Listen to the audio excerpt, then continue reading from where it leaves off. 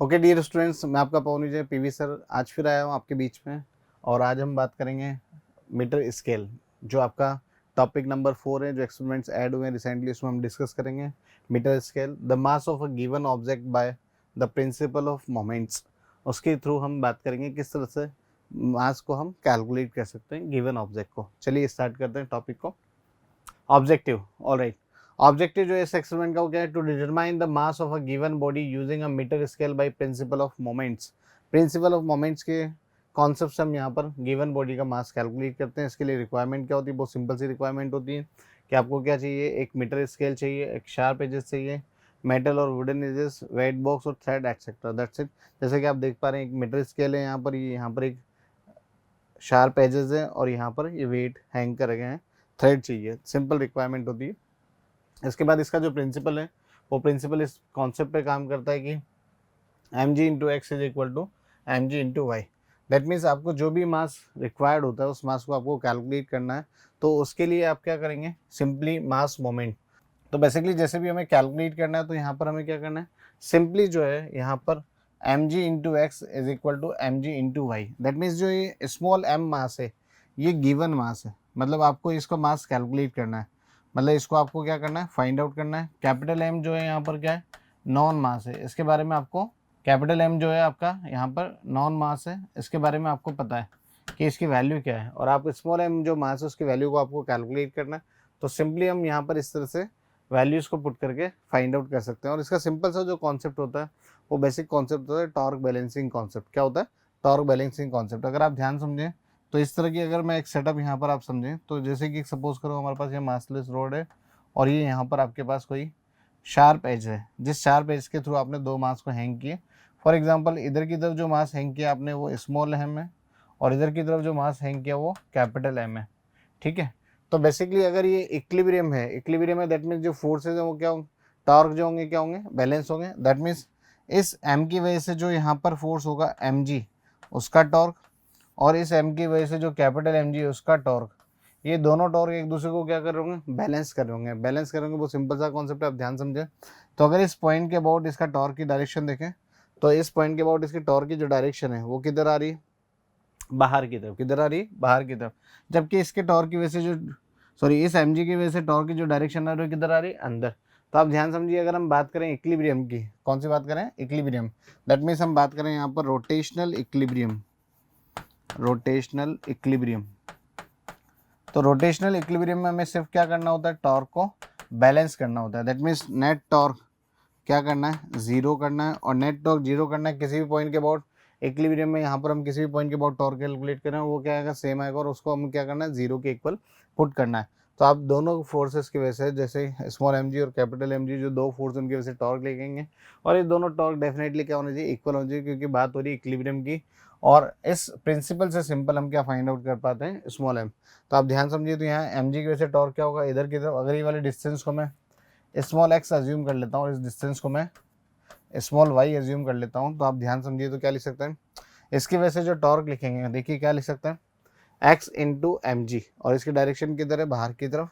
तो M G into X, M G into X, sine कितना होगा, 90। क्योंकि आप सब लोग जानते हैं टॉर्क का जो बेसिकली जो मैग्नीट्यूड कैलकुलेट करने का तरीका होता है वो होता है R F sine theta. Torque calculate करने के लिए आप आर एफ साइन थीटा से निकालते हैं।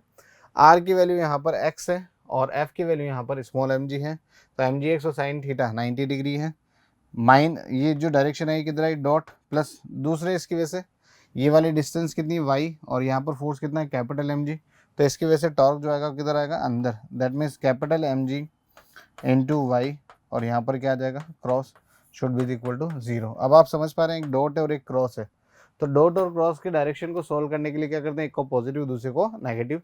तो ये दोनों एक दूसरे के इक्वल करेंगे, तो यहाँ से आपके पास जो रिलेशन आ जाएगा वो आ जाएगा M G X is equal to capital M G Y. तो आप ध्यान से देखें, वही रिलेशन यहाँ पर लिखा हुआ है। तो सिंपल ये टॉर्क बैलेंसिंग से यहाँ पर इस तरह से रिलेशन को आप एस्टेब्लिश कर सकते हैं, और जो रिक्वायर्ड मास उसको आप कैलकुलेट कर सकते हैं बहुत ही सिंपल से तरीके से। ऐसे नीट में सवाल पूछे भी गए हैं और पूछे भी जाते हैं। तो बेसिकली ये बहुत सिंपल सा कॉन्सेप्ट है जो आपको समझ में आना चाहिए, जिसमें आपको रोटेशनल इक्विलिब्रियम, नेट इक्विलिब्रियम, मतलब नेट टॉर्क क्या करना है, जीरो करना है, और सवाल को सॉल्व कर लेना है। ओके, तो आइए करते हैं इस पर कुछ क्वेश्चन प्रैक्टिस जो पीवाई के उसमें पूछे हुए हैं। एक बार स्क्रीन को पॉज करके आप ट्राई कर सकते हैं। ऑलराइट, आपने सवाल देखा होगा। सवाल में बोला है a uniform road of length 200 centimetre and mass 500 gram is balanced on the wedge place at 40 centimetre mark. A mass of 2 kg is suspended from the rod at 20 centimeter and another unknown mass small is suspended from the rod at 160 centimeter mark as shown in the figure. Find the value of small s such that the rod is in equilibrium. Basically आपको जो value find out करनी है वो किसकी find out करनी है, ये जो स्मॉल एम मास है उसकी वैल्यू फाइंड आउट करनी है। तो बहुत ही बेसिक सा सवाल है, मतलब थोड़ा सा लेंथी हो सकता है कैलकुलेशन, पर ये समझिए कि सिंपल आपको टॉर्क को क्या करना है, बैलेंस करना है ताकि आप क्या निकाल पाएँ, स्मॉल एम। तो जैसे कि हम अभी मीटर स्केल जो डिस्कस कर रहे हैं उससे रिलेटेड सवाल हम जो प्रॉब्लम है उसी तरह से रिलेटेड सवाल है, बस यहाँ पर मीटर स्केल की जगह रोड वर्ड यूज़ किया है और रोड का मास आपको गिवन है। तो बेसिक फंडामेंटल तो सेम होने वाला है। तो सवाल को किस तरह से करेंगे समझिए। तो इस पॉइंट के अबाउट हम क्या कर लेते हैं, नेट टॉर्क को जीरो कर लेते हैं, क्योंकि इस पॉइंट के अबाउट नेट टॉर्क को जीरो करने का फ़ायदा क्या है, क्योंकि इस पॉइंट पर जो नॉर्मल रिएक्शन होगा एन, उसकी वजह से टॉर्क क्या हो जाएगा, जीरो। क्यों? क्योंकि यहाँ पर टॉर्क जो हमें चाहिए, नेट टॉर्क कितना चाहिए, जीरो। ये नॉर्मल रिएक्शन के लिए कोई इन्फॉर्मेशन भी नहीं है और उसको हम फाइंड आउट भी नहीं करना, तो हम इसी पॉइंट के बाद टॉर्क को जीरो कर लेते हैं। तो अब देखिए इस तरह से किस तरह से सवाल को सोल्व करना है। तो बेसिकली हमें यहाँ पर फोर्सेस के लिए इक्वेशन जो लिखनी है किस तरह से लिखेंगे, देखें सबसे पहली बात तो नेट टॉर्क कितना होगा, ज़ीरो होगा। कितना होगा, ज़ीरो होगा। और किस पॉइंट के अबाउट, इनको मैं कुछ पॉइंट्स मार्क कर देता हूँ। इसको बोल देता हूँ ए पॉइंट, इसको बोल देता हूँ बी पॉइंट, और यहाँ बोल देता हूँ C point. That is equal to, C point जो है centre of mass of rod है। रोड का मास कितना गिवन है, 500 ग्राम। तो ये हो जाएगा 1/2 किलोग्राम, 1/2 किलोग्राम। तो ये हो जाएगा बेसिकली ये 1/2 इंटू जी, जी मतलब 10। दैट मीन्स यहाँ पर कितना फोर्स है, 5 न्यूटन फोर्स है। और यहाँ पर ये वाला जो पॉइंट है, इस पॉइंट को बोल देता हूँ डी, जहाँ पर small M G force act कर रहा है। अब मुझे simply torque, net torque zero लिखना है। तो नेट टॉर्क जीरो लिखना है। यहाँ पर कितने फोर्सेज हैं, अगर ध्यान समझो तो एक फोर्स इधर की तरफ है कितना, 20 न्यूटन नॉर्मल, 5 न्यूटन और ये वाला एम जी। तो टोटल कितने फोर्स हो गए, 1 2 3 4, 4 फोर्सेज की वजह टॉर्क लिखें। तो torque due to point A plus torque due to point B plus torque due to point C plus torque due to point D पर जो फोर्सेज है उनका सबका वेक्टर सम जीरो करना है। और किसके अबाउट कैलकुलेट करने सारे टॉर्क, बी पॉइंट के अबाउट कैलकुलेट करने। किस पॉइंट के अबाउट, बी पॉइंट के अबाउट। मैं सब लिख नहीं रहा हूँ, हम सभी पॉइंट्स पर बी पॉइंट के अबाउट टॉर्क को जीरो के इक्वल पुट करेंगे। तो सबसे पहले बात करें 20। तो ये वाले डिस्टेंस 40 और 20 के बीच की डिस्टेंस कितनी है, 20।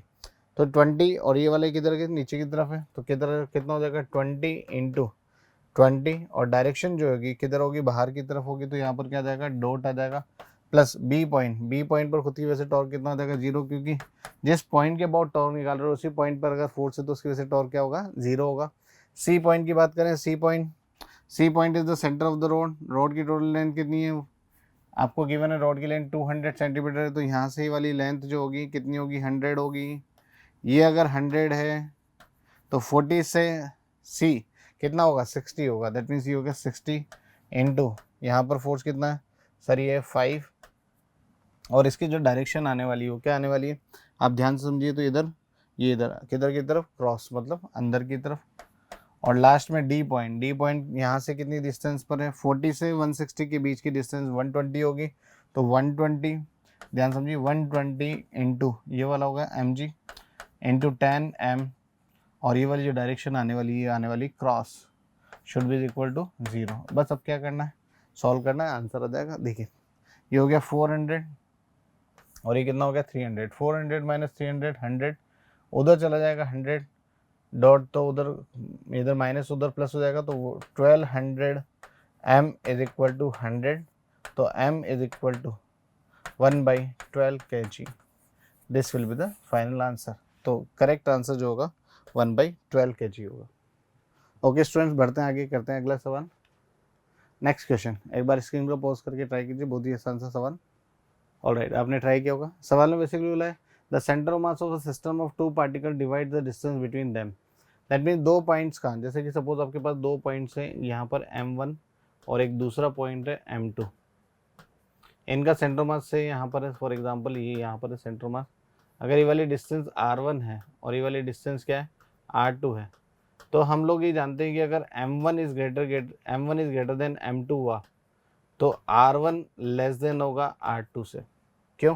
क्योंकि m और r का जो प्रोडक्ट है जिसे अपन मास मोमेंट बोल रहे हैं वो क्या होता है?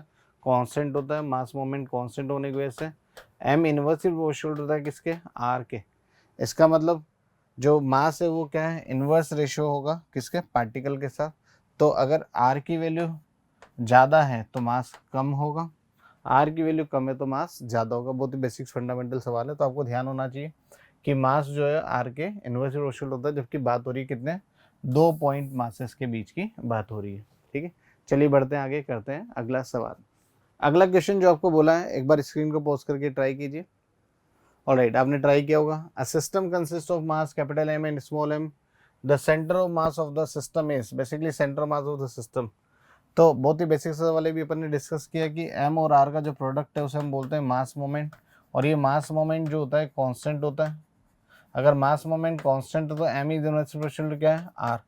तो सेंटर ऑफ मास किसके पास होगा? Centre mass near to capital M mass. क्यों? क्योंकि आप ध्यान समझिए, तो एक कैपिटल M मास और एक स्मॉल m मास, अगर ये capital M is greater than small m तो फिर क्या होगा? सेंटर मास इसके पास होगा। दैट मीन्स ये वाली डिस्टेंस जो होगी, अगर इसको r1 बोल रहा हूँ और ये वाली डिस्टेंस अगर इसको r2 बोल रहा हूँ, तो r1 is less than definitely r2 होगा। तो answer will be near to capital M। Okay students, बढ़ते हैं आगे, करते हैं अगला सवाल। नेक्स्ट क्वेश्चन, एक बार स्क्रीन को पॉज करके ट्राई कीजिए।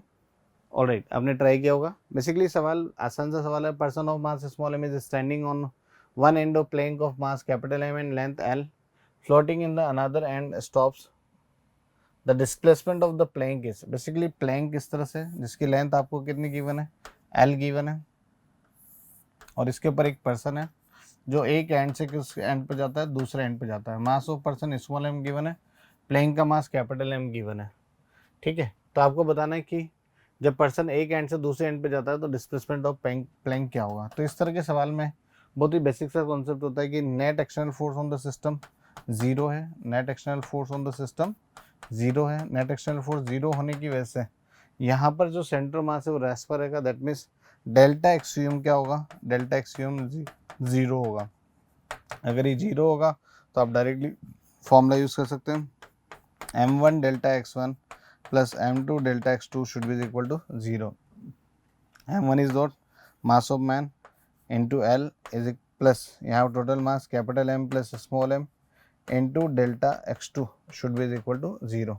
तो यहाँ से delta x2 सोल्व करोगे तो delta x2 will be minus of ml upon capital M plus small m. तो this will be the final answer. तो यहाँ पर आपको कोई साइन सेलेक्ट नहीं करना, मतलब पॉजिटिव नेगेटिव यहाँ पर नहीं गिवन है, तो ऑप्शन जो है फर्स्ट करेक्ट होगा। आप ऑब्वियसली समझ पा रहे हैं कि अगर मैन इधर की तरफ मूव करेगा तो प्लैंक पीछे की तरफ शिफ्ट करेगा, इसलिए माइनस साइन यहाँ पर आता है। तो मेन प्लैंक प्रॉब्लम है, बेसिकली आपको पता रखना है कि क्या कि सिस्टम पर कोई एक्सटर्नल फोर्स नहीं है तो डेल्टा एक्सयूम क्या होगा? जीरो होगा। उसकी वजह से ये रिलेशन आया, क्योंकि आप जानते हैं डेल्टा एक्सयूम इज इक्वल टू क्या होता है सर? ये होता है m1 delta x1 plus m2 delta x2। क्योंकि यहाँ पर दो पार्टिकल से तो ये फॉर्मूला मैं दो बार लगा रहा हूँ, और इसको क्या करना है? जीरो के इक्वल पुट करके सॉल्व करना होता है। ओके स्टूडेंट, बढ़ते हैं आगे, करते हैं अगला सवाल। नेक्स्ट क्वेश्चन, एक बार स्क्रीन को पॉज करके ट्राई कीजिए। ओके स्टूडेंट्स, नेक्स्ट आपने ट्राई किया होगा। Two particles of mass 5 kg and 10 kg respectively are attached to the two ends of a metre scale with negligible mass. The center of mass of the system from the 5 kg particles is nearly at the distance. बहुत ही basic सा आसान सा सवाल, PY में पूछा हुआ सवाल। इंपॉर्टेंट बात ये कि आप ध्यान समझिए कि तो आपके पास दो मासेस है। इस तरह के सवाल को सोल्व करने के लिए आपको ये फॉर्मूलाज पता होने चाहिए कि r1 is equal to m2 upon m1 plus m2 into r, और r2 is equal to m1 upon m1 plus m2 into r। ये फॉर्मूलाज याद होने ही चाहिए। जब भी दो पॉइंट मासेस की बात हो और दो पॉइंट मासेस एक दूसरे से किसी डिस्टेंस पर सेपरेट हो और आपको कैलकुलेट करना हो सेंटर मास के डिस्टेंस किसी भी एक मास से, तो आप इन दोनों फॉर्मूलाज से कैलकुलेट कर सकते हैं। r1 is distance from m1 and r2 is distance from m2। अब आपको एक मीटर स्केल गिवन है जो नेग्लिजिबल मास का है, उस पर दो मासेस अटैच्ड है। एक मास तो है 5 kg और दूसरा मास कितना है? 10 kg। दैट मीन्स ये दोनों मास एक दूसरे से कितने डिस्टेंस पर है? 1 मीटर की डिस्टेंस पर। ऐसा क्वेश्चन में आपसे बोला हुआ है। अब आपको बोला है कि सेंटर मास जो होगा वो 5 kg से कितनी डिस्टेंस पर होगा। दैट मीन्स आपसे ये वाली डिस्टेंस r1 पूछी है। तो r1 कैलकुलेट करने के लिए मैंने फॉर्मूला बताया, फॉर्मूला बताया तो वैल्यू पुट कर दो सिर्फ उसमें। R1 इज इक्वल टू क्या हो जाएगा m2, m2 कितना 10 upon 10 plus 5 into metre square है, दैट मीन्स डिस्टेंस दोनों के बीच की कितनी 1, तो ये कितना हो जाना है, ये हो जाना है 10/15, that means 2/3 metre. 2/3 metres centimetre में चेंज करोगे तो 200/3 अप्रोक्सीमेट 66 सेंटीमीटर और 66.66 आएगा, that will be approx equal to 67 metre. तो करेक्ट आंसर इज 4। बहुत ही बेसिक सा सवाल है जो मीटर स्केल पर बेस्ट सिंपल सा सवाल जो PYQ में भी पूछा गया है। चलिए स्टूडेंट बढ़ते हैं आगे, करते हैं अगला सवाल। नेक्स्ट क्वेश्चन फिर से एक बार स्क्रीन पोज करके ट्राई कीजिए। ऑलराइट, आपने ट्राई किया होगा। सवाल में बेसिकली आपको information given an experiment with a metre scale and unknown mass small m is balanced by the two masses of 16 kg and 4 kg और आपको स्मॉल m बताना है। तो बेसिकली दो यहाँ पर आपको स्केल गिवन है, या ऐसा समझिए दो बार एक्सपेरिमेंट किया गया, एक बार इससे एक बार इससे। तो यहाँ पर बैलेंसिंग ये वाली पॉइंट रहा और इस कंडीशन में बैलेंसिंग ये पॉइंट रहा। तो इस कंडीशन में अगर आप लिखें तो क्या लिख सकते हैं 16 kg 16 into 10 mg into L1 should be equal to क्या लिख सकते हैं mg इंटू L2। एक इक्वेशन तो आपके पास ये बन गया। दूसरा इसके लिए इक्वेशन लिखेंगे तो क्या लिखेंगे, यहाँ लिखेंगे sir mg into L1 should be equal to, इसके लिए कितना होगा 4g इंटू L2। बस अब क्या करना है, इन इक्वेशन को एक से दूसरे को डिवाइड कर देना है और आपका आंसर आ जाएगा। इतना सिंपल सा सवाल। इसमें आप देखेंगे g से g कैंसिल आउट हो रहा है और L1 से L1 कैंसिल आउट हो रहा है, यहाँ पर भी g से g कैंसिल आउट हो रहा है, L2 से L2 कैंसिल आउट हो रहा है। तो यहाँ पर 16/m should be equal to m/4, तो m स्क्वायर विल बी 64, तो m विल बी 8 kg। तो correct answer will B option 3। तो सिंपली दोनों जो आपको रीडिंग्स गिवन थी उन रीडिंग्स के बिहाफ पर आपको इक्विलिब्रियम जो कंडीशन थी उसमें फोर्सेस टॉर्क को बैलेंस करना था। टॉर्क बैलेंस करने के बाद आपके पास दो इक्वेशन बनी और आपने सॉल्व करके m की वैल्यू फाइंड आउट की। चलिए बढ़ते हैं आगे, करते हैं अगला सवाल। नेक्स्ट क्वेश्चन फिर से स्क्रीन को पॉज करके एक बार ट्राई कीजिए। ओके स्टूडेंट्स, आपने देखा होगा सवाल में बोला uniform metre scale is in equilibrium position, calculate the mass of the scale. Basically mass of the scale आपको बताना है। तो देखिए यहाँ पर बेसिकली आपके पास जो एक मास तो ये गिवन है, ऑब्वियसली इस मास के टॉर्क को बैलेंस जो किया होगा, इस mg के टॉर्क को बैलेंस जो किया होगा स्केल के टॉर्क ने बैलेंस किया होगा। तो इसकी वजह से टॉर्क कितना होगा वो देखिए, अगर मैं इसको लिख देता हूँ 640 और इंटू जी 40g ग्राम फोर्स में आपको यूनिट गिवन है, और यहाँ सेंटर से इस पॉइंट से इसके बीच की डिस्टेंस कितनी होगी सर 15 होगी, और रोड का जो सेंटर मास होगा वो कितने पर होगा सर 50 पे होगा। तो 30 से 50 के बीच कितनी डिस्टेंस होगी 20 इंटू एक्स, इसको एक्स डिस्टेंस बोल देता हूँ। तो सिंपली यहाँ से 0 से 0 कैंसिल आउट हो गया, 2 से 2 कैंसिल आउट हो गया, तो x इज इक्वल टू कितना आ गया 30g। तो correct answer will B 2। Second option is correct here. Okay student, तो बढ़ते हैं आगे, करते हैं अगला सवाल। फिर से स्क्रीन को पॉज करके एक बार ट्राई कीजिए। ओके आपने ट्राई किया होगा। सवाल में बेसिकली आप ध्यान समझे तो आपको क्या पूछा है कि 200 ग्राम फोर्स जो मास है उसको कहाँ पर रखना चाहिए ताकि मीटर स्केल जो है बैलेंस्ड हो। तो आप ध्यान समझिए, तो इधर की तरफ अगर मैं बात करूँ तो ये वाली डिस्टेंस कितनी है सर, ये वाली डिस्टेंस है 40। अगर सिर्फ मैं इन वैल्यूज़ को भी कंसिडर कर लूँ तो सवाल हो जाएगा। अगर इन वैल्यूज़ को भी कंसिडर कर लूँ तो सवाल हो जाएगा। देखिए किस तरह से कि ये वाली डिस्टेंस जो है 40 इंटू 300, अगर आप ध्यान समझे तो 40 इंटू 300 कितना हो जाएगा, मैं यहाँ लिख देता हूँ 40 into 300 date will be 12,000।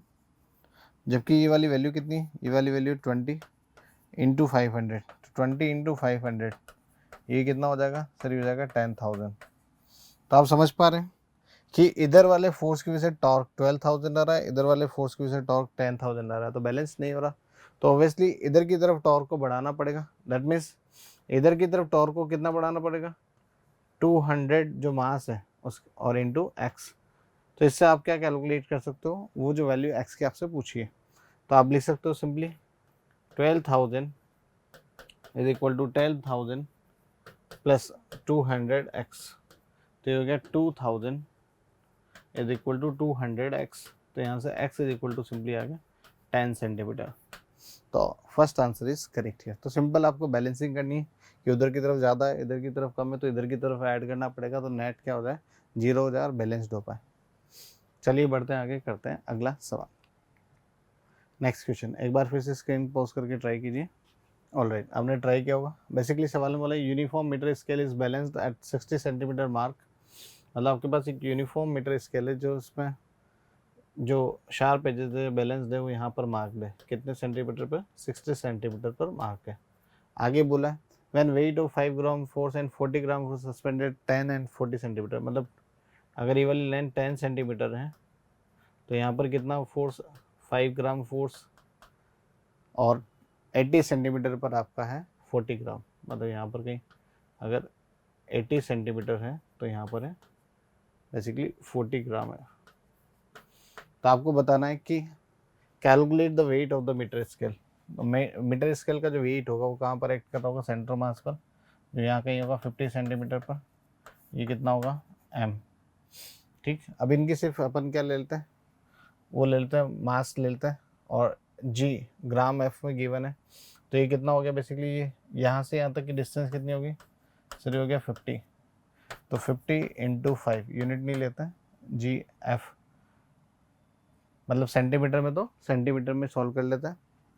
Plus ये कितना होगा, ये होगा 10 into M is equal to, ये हो गया कितना 60 से 20, 80 की 20 इंटू 40। तो ये हो गया 10 M is equal to 800 minus 250। तो 10 एम इज इक्वल टू 550। तो m is equal to 55 gram force. तो correct answer will be fourth option is correct here. Okay students, तो ये था आपका मीटर स्केल एक्सपेरिमेंट और उससे रिलेटेड क्वेश्चंस। बहुत ही आसान सा सिंपल सा सेटअप होता है। आपको सिर्फ टॉर्क को बैलेंस करना है इक्विलिब्रियम पर, और वहाँ पर आपको वैल्यूज जो रिक्वायर्ड वो कैलकुलेट करनी है। ठीक है, तो बने रहिए मोशन के न्यूज़ चैनल के साथ, एंड लाइक शेयर कमेंट करना ना भूलें। Thank you.